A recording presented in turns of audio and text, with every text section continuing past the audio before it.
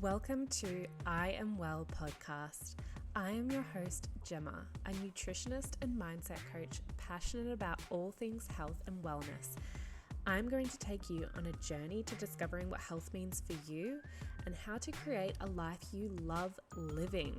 I'm on a mission to uplift those who feel overwhelmed with what it means to be healthy, reminding you, my listeners, that nutrition is only one aspect of health, and empower you to live your best life on your terms.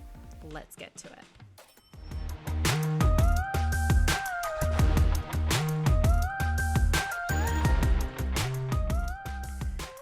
Hi guys, I'm back. Here, ready to talk again. Oh my gosh, I think I feel a bit exhausted. I don't know how everyone else is feeling, but technically we have had the first quarter of the year done, and I just feel like it was a bit of a whirlwind. I feel like January always has big expectations because we set New Year's resolutions and we're all really eager to start the year off fresh, and we all have big goals. And then all of a sudden January just flies by and you're like, wait a second, I didn't even get ready to implement my habits to create my goals. And then you get to February and you're like, okay, maybe I can get back on in February. And then February goes, and then I feel like you're like, okay, I'm really going to start March. And then before you know it, 3 months have gone by. And I'm just like, wow. I feel like though I am happy that a lot has been accomplished so far, but I'm also like, wait a second, I need to remember to breathe and slow down. And I feel like this is something that a lot of us do, that we try so hard to do as much as we can and get as much as we can done. And, you know, we have big goals and we really want to achieve those goals. And if you're anything like me, you'll, work until you get there. And then you realize you're burnt out and you're not able to use or muster up any more energy to get there. And anything you are putting out is just a lacked effort. So it's not going to be great work. So we need to remember to relax and take those moments to just breathe and chill. Though relaxing is working too. And that's been my biggest learning curve for my last month, like definitely for the month of March.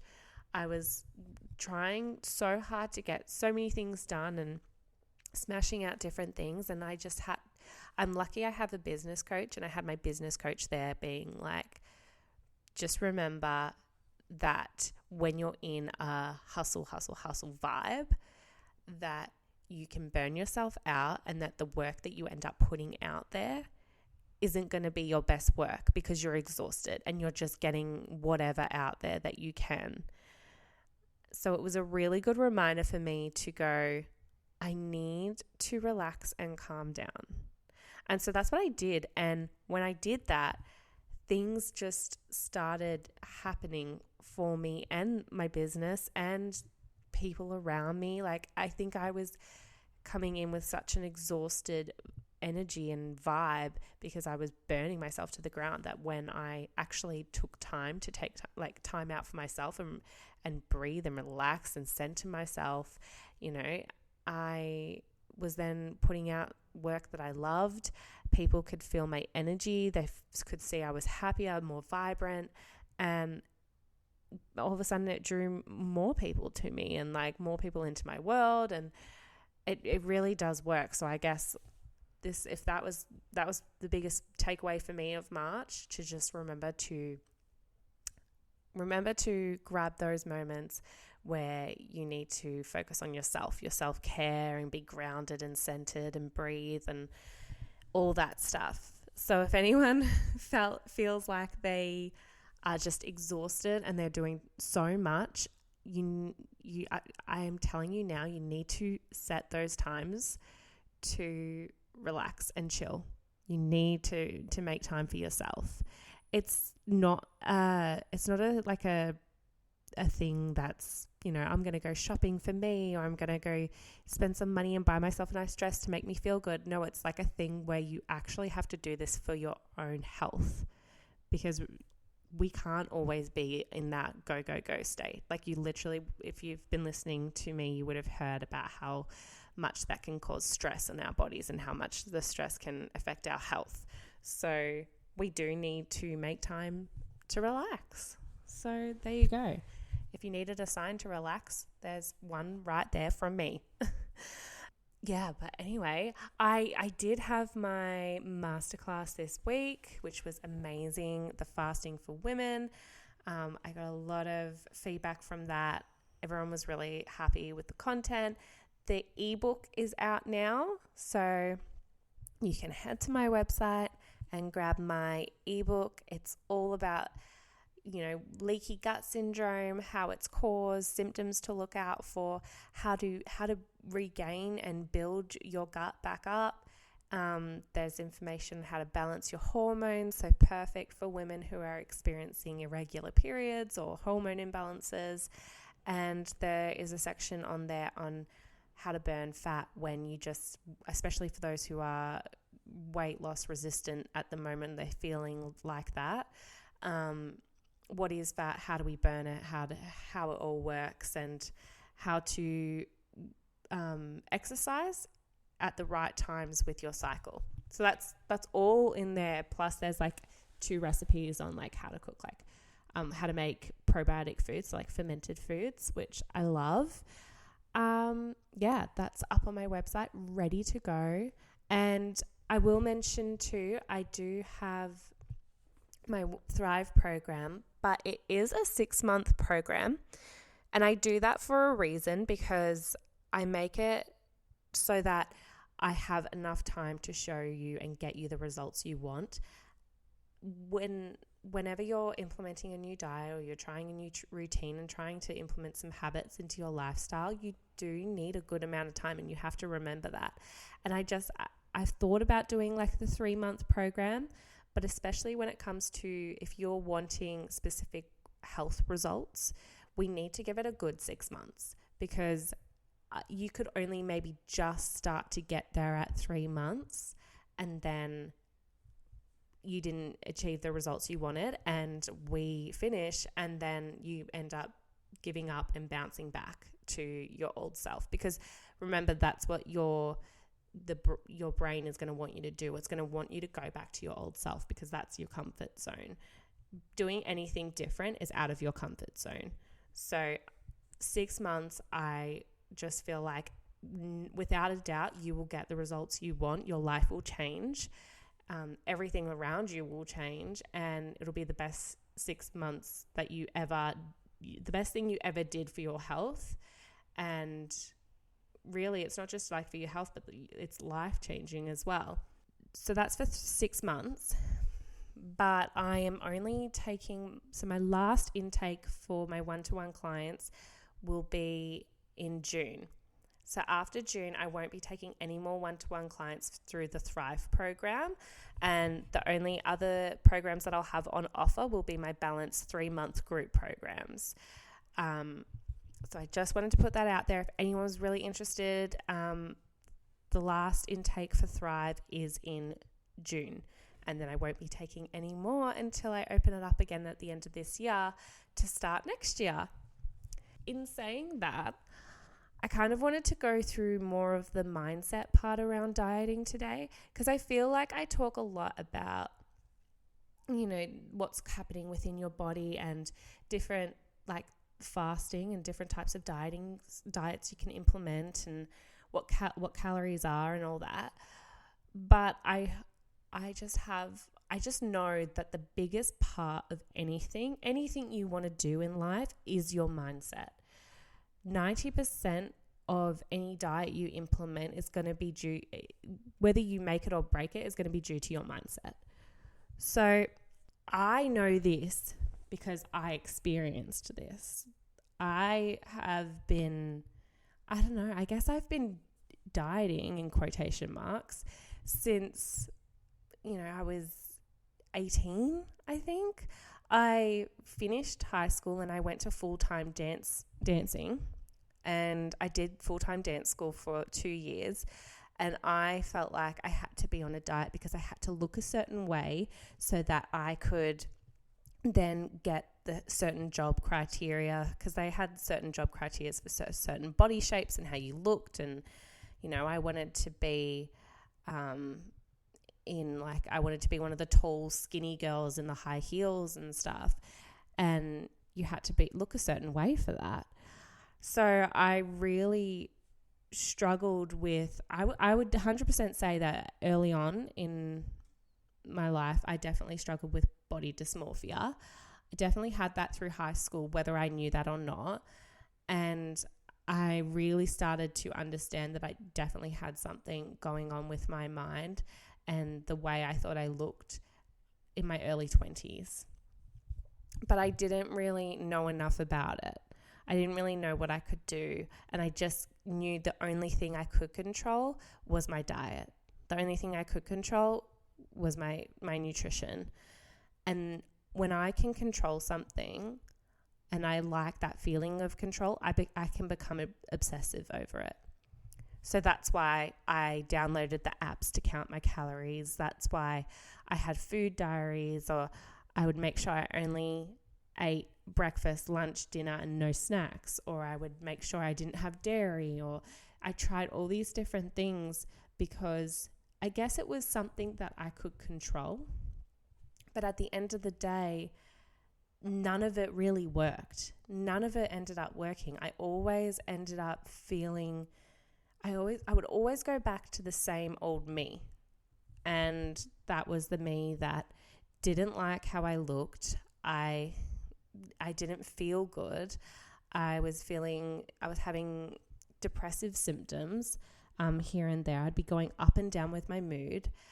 And it definitely got worse as I got older and I had kids. Because I think when you have kids, if anyone has had kids that's listening to this, you'll know, it's very hard because you become a different person. For one, you're not looking after yourself anymore. You're looking after others now. You've got these new little lives to look after, and they so wholeheartedly depend on you. And I know, and a lot of mothers do this, but I know for myself, for sure, I pushed myself to the side and I was just solely focused on these kids, which sounds amazing. Like that sounds what every mother should do, but it actually isn't. Like in order for us to be there for our kids, we need to look after ourselves too. And I never thought like that. I was like, I don't need to be 100%, in health, whether, that makes sense saying it out loud or not now. But, I was so solely focused on my kids and was like, I need to be there for them, and I'll put myself to the side. Anyway, it got worse as I then developed Hashimoto's and kind of had this, because when you get Hashimoto's, your weight kind of fluctuates depending on your hormones at the time. And I had an underactive thyroid, which means my weight I'd put on weight when I'd be underactive, and then I would fix it and I would kind of lose the weight slowly again. But it did mean that my weight was going up and down, and that really wasn't good for my mindset because I was so solely focused on how I looked on the outside and thinking what that meant as me as a person, what people were going to think of me. And as I said, the one thing that I could control is what I ate. So I've always kind of eaten fairly healthy my whole life.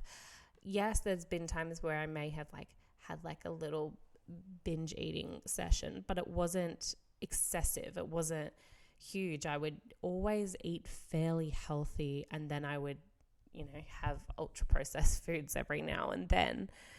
But that's not what was affecting my health. It wasn't my food at the end of the day. It was my mindset. It was really everything else. And that's when I realized I needed I needed to try something else. This wasn't working. I needed to try something else. So the thing that actually ended up working for me, the thing that when all of a sudden it all started to click, was the inner work. So I started on working on things that I'd never worked on before, really. I started reading self-help books. I started with spirituality books. Then I went to a trauma healing book. And then I started journaling. And with journaling, I had no idea how to journal at the start. Like, I get that question a lot from some people, and they're like, oh, how do you journal though? And I was like, at the start, no one taught me. I didn't even know what it meant to journal. I just thought all I've got to do is put whatever is going on in my mind down on paper. And that's what I did. I didn't have journal prompts. I didn't look up how to journal. I just grabbed a book and I just started writing down what was going on in my head. And I just kept remembering, no one is going to read this. This is just for me. No one else is going to read this. And it actually helped because sometimes what's going on inside your head, it can feel like it's overwhelming, and there's so much happening, and you've got 500 thoughts that you're going over, and you're like, oh my God, I've got so much to do. There's so much going on. But when you get it down onto paper and you realize, I was actually only thinking of 4 things. But at the time, it feels like millions of things. And it's funny, that you get some random thoughts and you're like, why am I obsessing over that? Why am I thinking that? But then it makes you ask those questions, and then you can answer those in your journal as well. And that's how I started journaling. That's what I learnt with journaling for me. Then it was later down the track that I started using journal prompts and going, okay. So because the journal prompts are there to give you like a question to lean into. But if you were anything like me and you have all these thoughts going on in your head, I know this can happen especially with people who suffer with who have ADHD. So if you've got all those thoughts going on in your head, sometimes when you write them down onto paper, it just is like it's picking them out of a box and folding them out and going, okay, that's so much neater. I can see it now. I can see it in plain sight. And it just brings a sense of calmness over you when you can see it there on paper. And then I love to then dive into that a bit more and go, why was I thinking that one? And does it make sense? As I said, I had body dysmorphia at the time. I would think I'd have these thoughts of, I don't look good today. I feel like I look fat. So I would write it down, and then I would be like, why do I think that? Like, what's come about with that? Because I thought this morning I looked good. Why do I not feel like I look good now? And it could be that I then realize it was actually something I've just eaten and it's a trigger, or something someone said that's a trigger for me. And yeah, as I said, it just makes you become more aware. And I've always said it, awareness is key. Was huge on reading, huge on journaling. I then went into meditating, and this meditating is literally the same as journaling. When I started, I had no idea. So I get people asking me going, yeah, but how do you meditate? How do you do it? I didn't have anyone telling me how I did it. I just thought, well, I suppose you just sit there and close your eyes. And then I remember hearing, some people, because I was listening to podcasts too, like self-development podcasts at the time. And they were saying, don't worry about what to think about or what to do or how to do meditating. Just sit there, close your eyes, and then let whatever happens. So if you think of some random stuff and you're like, I can't think of that, I've got to push it out of my mind, get it out. No, it's okay. You can think that, but you've got to picture it in this way. Picture it as if you're not in your mind. You're now like an outsider looking at your mind. So you're just looking at those thoughts. And it's easier when you do it that way and you think of that state of mind, because you can just think of like, imagine you just picking up those thoughts and going, okay, that's good, but I'm just going to move that out the way now. I'm not thinking about that for right now. I don't know, it's just a different way of feeling when you do it like that. But what I think people get afraid of with meditating is that you have to sit there with yourself in silence, and we don't ever sit with ourselves in silence anymore. You know, if we're in a waiting room to go to the doctors, what will we do? We'll probably go on our phone. If we're waiting for our meal at a restaurant, we'll either talk to the person next to us, or if they're not talking, go on your phone. You know, at night when you put the kids to bed and you're exhausted, put on the TV and watch TV. Like, we rarely will ever just sit there in silence, and it's now become a bit scary to sit with yourself in silence. So that's why I feel like everyone gets overwhelmed and go, oh, I can't do it because I'll just keep thinking. And even to this day now, I'm still practicing. I'm not the best at it. I'm just practicing, and I'm still doing it each day because I know how beneficial it is. And I know it also brings me in a state of calm. When I can get past the point of all my thoughts just keep coming up and then all of a sudden they stop, when I get to that point, then I really sit in that and I just sit in silence. Then it just brings a sense of calmness. And the best way to try to get yourself to that point is to like really just focus on your breath. Like, just focus on breathing and what it sounds like, what it feels like, how your lungs fill up with air. Otherwise, I highly recommend doing guided meditations as well. I do those as well. I love my sleep meditation. I listen to my sleep meditation most nights. I had to pick one that goes for an hour because even I struggle with sleep at night, and sometimes, you know, I have those thoughts pop in. And so I couldn't just have a 20-minute one because sometimes it wouldn't be long enough. But I have an hour one and it's perfect. And if you have a sleep meditation and you're trying to and you fall asleep to it, don't worry. It's actually even more beneficial to you, because you want to be in that state of, you're not in a deep sleep, but you're in a light sleep. You want to be in that state, because then if you're getting affirmations from your guided meditation hitting your brain, it's actually going to soak in and it's going to hit you in a subconscious level. So it's actually beneficial to fall asleep to a meditation, which is why I do that most night. And guided meditations are amazing. So highly recommend, but just stick to it. Just keep doing it. If it feels uncomfortable, just keep going. Like, that's the best thing that's my best advice for everything. If it feels uncomfortable, do it, because that's the way you'll grow. If it doesn't feel right, you don't like it, keep doing it, because it's going to change you. The only reason you don't like it is because it's not comfortable for your brain, and it's not usual for your brain. Your brain wants you to go back to comfortability. So that's why you're not going to want to do it. So yeah, I really just focused on those 3 things at the start. I really just focused on reading, journaling, and meditating.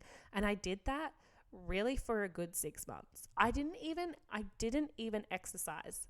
And exercise is so, so important. And I know it's important. Like, I did it my whole life growing up, but I did not exercise at the start. So I will not say like, oh, it changed my life around. No, I worked on my mindset at the start and healing myself and working on myself and trying to love myself again, because I needed so much work there. And then it was 6 months later that I added on exercising and worked on my nutrition. During that time I was studying nutrition and I was reading about nutrition, and I've always loved it. So I still focused on my foods and stuff, but I'm not going to sit here and tell you that I am now in a better health position because I became a nutritionist and started working on my diet. No, like, any diet that you want to implement, if a client came to me and said that I want to lose weight in 6 months' time, I would first say, okay, why? Why do you want to do that? Because we need to know the reason behind this. And then if it's because, you want to look good, feel good, okay, but why do you want to look good and feel good? And if this is the case, why haven't you done it earlier, or have you done it and it hasn't worked? Why do you think it hasn't worked? If you keep asking yourself these why questions, you'll hopefully get to the root cause of what's really going on. Because anyone could reach their goals. Anyone can get there. And most cases, at the end of the day, losing weight can be easy, but the hardest part is overcoming your mind. So I know that sounds like a bit like, what do you mean it's easy? It's not easy. It can maybe not feel easy, but the reason it's not feeling easy is because it's probably your mind that's getting in the way.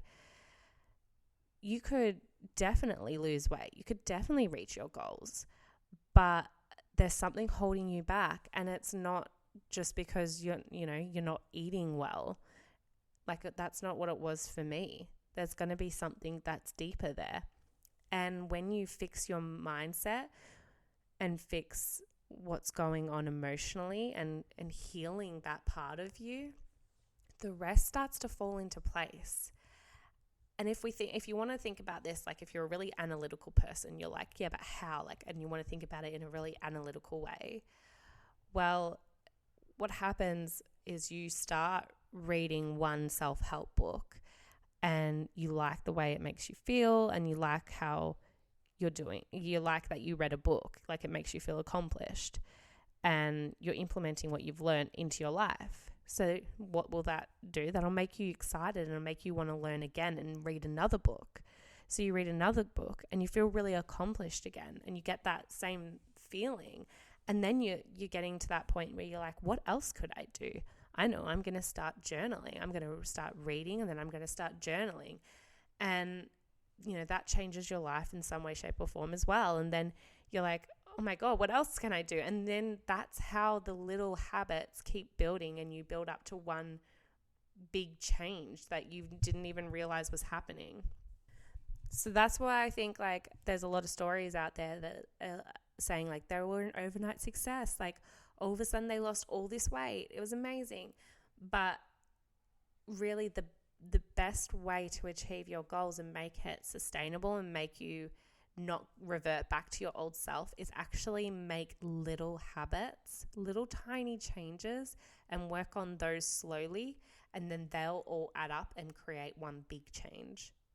Because if you're doing too much at once and you create too much of a change at once, it can be overwhelming for you and your body, and it's much easier for your brain to then get to you because you're a bit vulnerable. It's a bit overwhelming having such a massive change that your brain can definitely get to you when you're in a vulnerable state and make you go back to your old self. That's why people who have lost weight within 3 months or within a month or two say, and it's a huge dramatic weight loss, then they'll end up putting it back on because unfortunately they kind of rushed it and they didn't work on the mindset part. And mindset is key. It really is. So I wholeheartedly believe in doing the inner work first. When you think about it, what I read, so diet in the dictionary means the kinds of food that a person, animal, or community habitually eats, say a vegetarian diet, or a special course of food to which a person restricts themselves, either to lose weight or for medical reasons, such as I'm going on a diet. How I associate it now is with the first meaning.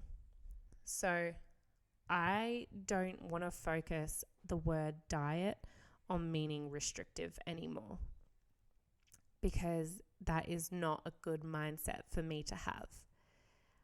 I now realize that I used dieting as something that I could control in my life when everything else felt out of control.